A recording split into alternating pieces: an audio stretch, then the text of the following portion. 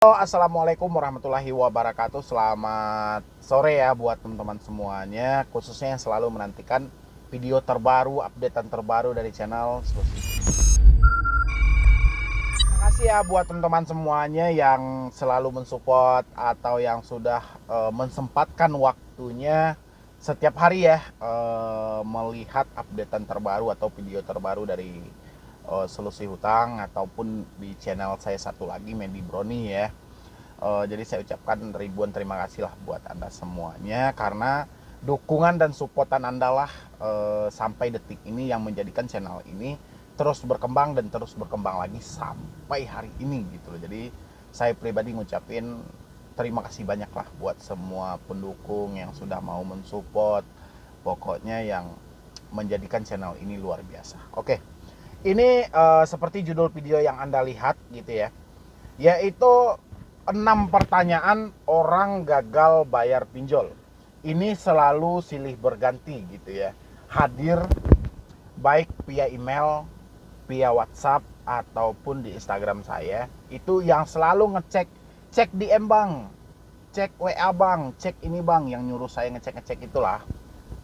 Ini saya rangkum jadi 6 pertanyaan orang gagal bayar pinjol yang selalu menakutkan ya.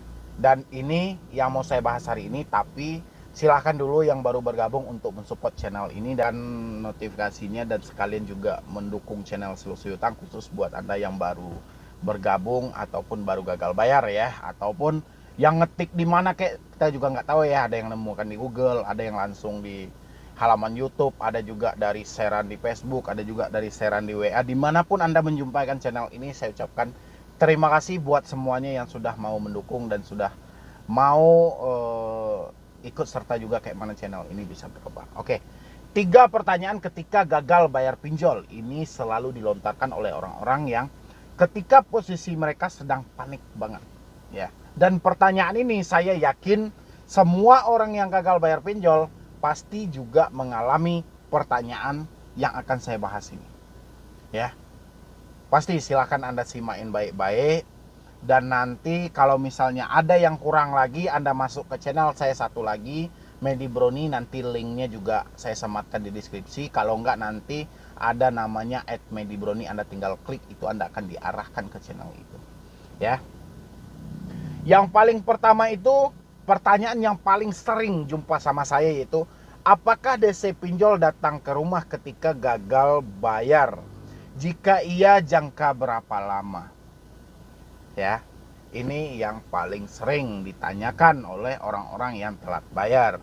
Wajar saja, kenapa? Karena mereka selalu diancam dan ditakut-takuti oleh debt collector dengan upaya mau didatangi ke rumah, mau diproses ini segala macam ya. Tapi saya sampaikan kepada teman-teman, terutama yang sampai detik ini mencari apakah pinjol akan datang ke rumah atau DC pinjol yang akan datang ke rumah, itu bukan urusan kita ya. Jadi ingat, itu bukan urusan kita ya. Itu jawabannya kalau dari saya. Kenapa? Karena permasalahan kita bukan mengawasi debt collector mana yang akan mengunjungi kita. Permasalahan kita adalah kenapa kita belum bisa membayar utang kita sampai detik ini. Apa masalahnya? Uang. Ya udah, untuk menghasilkan sebuah uang ini kita harus kayak mana? Bekerja, fokus ke situ ya. Jangan Anda jadi pengawas DC yang mau datang ke rumah ya. Ini buat teman-teman, ini tolong dipikirkan lagi. Bagaimana bang kalau mereka datang nanti bang? Itu sudah drama-drama yang sudah Anda tambah-tambah gitu loh. Makanya saya bilangin, yang berat itu bukan permasalahannya, yang berat itu pikiran Anda ya. Itu pertanyaan yang pertama. Yang kedua, apakah diproses ke jalur hukum ketika gagal bayar ya? Jalur hukum mana ini? Jalur hukum ini sering banget dilontarkan gitu loh ya, baik segi penagihan dari debt collector maupun mereka cuman membacakan pasal. Jalur hukumnya jalur hukum mana nih? Pidana atau perdata ya.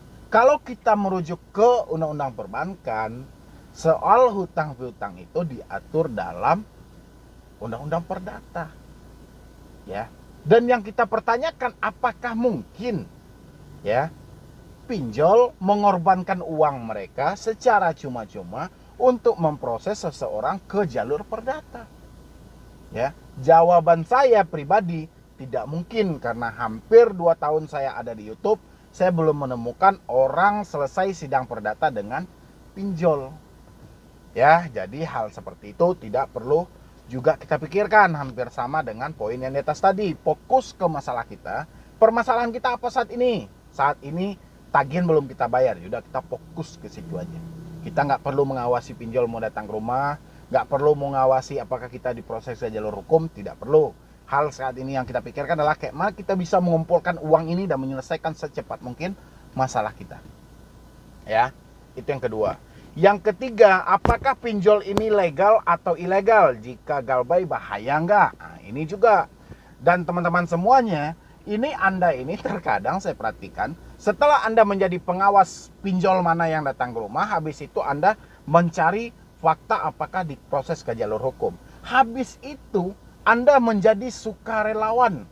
Ya, menjadi sukarelawan itu dari OJK gitu loh. Karena urusan legal atau ilegal itu sudah ada. Kalau ilegal, Satgas Waspada Investasi. Ya, itu yang akan memburu mereka. Kalau untuk legal itu sudah ada Otoritas Jasa Keuangan. Dan sekarang Anda malah mencari apakah pinjol ini legal, apakah pinjol ini ilegal. Rasa saya bukan ranah Anda. Ya, poin Anda hari ini cuma utangnya belum dibayar, itu aja. Poinnya nggak ada kemana-mana gitu loh. Ya, kalau kita rangkul kemana-mana, yang panik Anda sendiri. Ya, permasalahan 1 juta, tapi pemikiran Anda udah saya juga nggak tahu ya menyampaikannya seperti apa gitu loh. Yang jelas pemikiran Anda ini yang terlalu kejam gitu loh. Yang ukurannya bukan urusan Anda menjadi urusan Anda. Ya, yang ukurannya tidak masuk ke arah Anda menjadi masuk ke arah Anda. Sebenarnya itu nggak ada poinnya sama Anda sama sekali. Ya, apalagi untuk menentukan pinjol ini legal, pinjol ini ilegal, itu nggak ada urusannya. Urusan Anda hari ini sama, jawaban saya juga sama. Urusan Anda cuman hutangnya belum dibayar. Kayak mana ini bisa terbayar? Itu aja. Ya, itu untuk yang nomor 3. Yang nomor 4 lagi. Kenapa setelah 90 hari pinjol masih menagih? Ya, karena sampai detik ini belum ada spesifik pinjol mana sih yang boleh menagih sampai 90 hari. OJK tidak membeberkan itu. Misalnya semua pinjol yang telah berizin itu tidak boleh lagi menagih 90 hari, lewat dari 90 hari.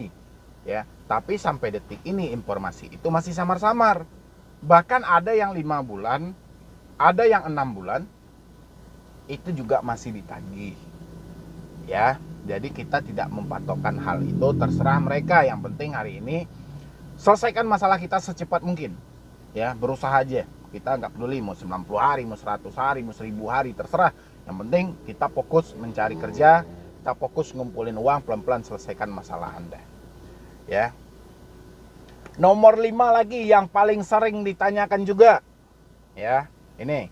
Kapan berhentinya sebar data ataupun teror kepada orang sekitar? Ya, saya double sekalian. Nomor 6 juga, sampai kapan DC akan meneror orang sekitar. Jadi nomor 5 dan nomor 6, kapan berhentinya sebar data. Yang kedua, kapan DC berhenti meneror orang sekitar.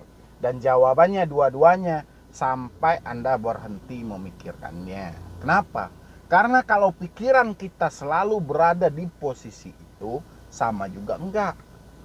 Ya, DC sudah berhenti sebar data pun perasaan kita masih mengatakan DC menyebarkan data, dan perasaan kita juga masih mengatakan orang sekitar telah mengetahui semua permasalahan kita.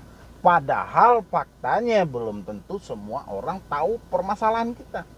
Tapi perasaan dan pikiran kita melogikakan semuanya bahwa orang telah tahu gitu loh. Jadi teman-teman semuanya berhenti memikirkan hal itu. Kalau Anda ingin berhenti secepat mungkin tentang sebar data, berhenti secepat mungkin tentang teroran ke orang sekitar, Anda juga harus berhenti memikirkan itu. Ya. Jadi itulah 6 pertanyaan orang yang gagal bayar pinjol yang selalu ditanyakan kepada saya, dan jawaban saya seperti itu. Mudah-mudahan tidak ada lagi yang bertanya tentang hal-hal itu ya. Jadi mungkin dari saya cuman itu aja. Lebih dan terkurangnya saya mohon maaf. Nanti buat teman-teman semuanya jangan lupa juga ya disupport juga channel saya yang satu lagi, supaya channel itu juga bisa berkembang, bisa juga memberikan motivasi-motivasi yang terbaik buat Anda semua.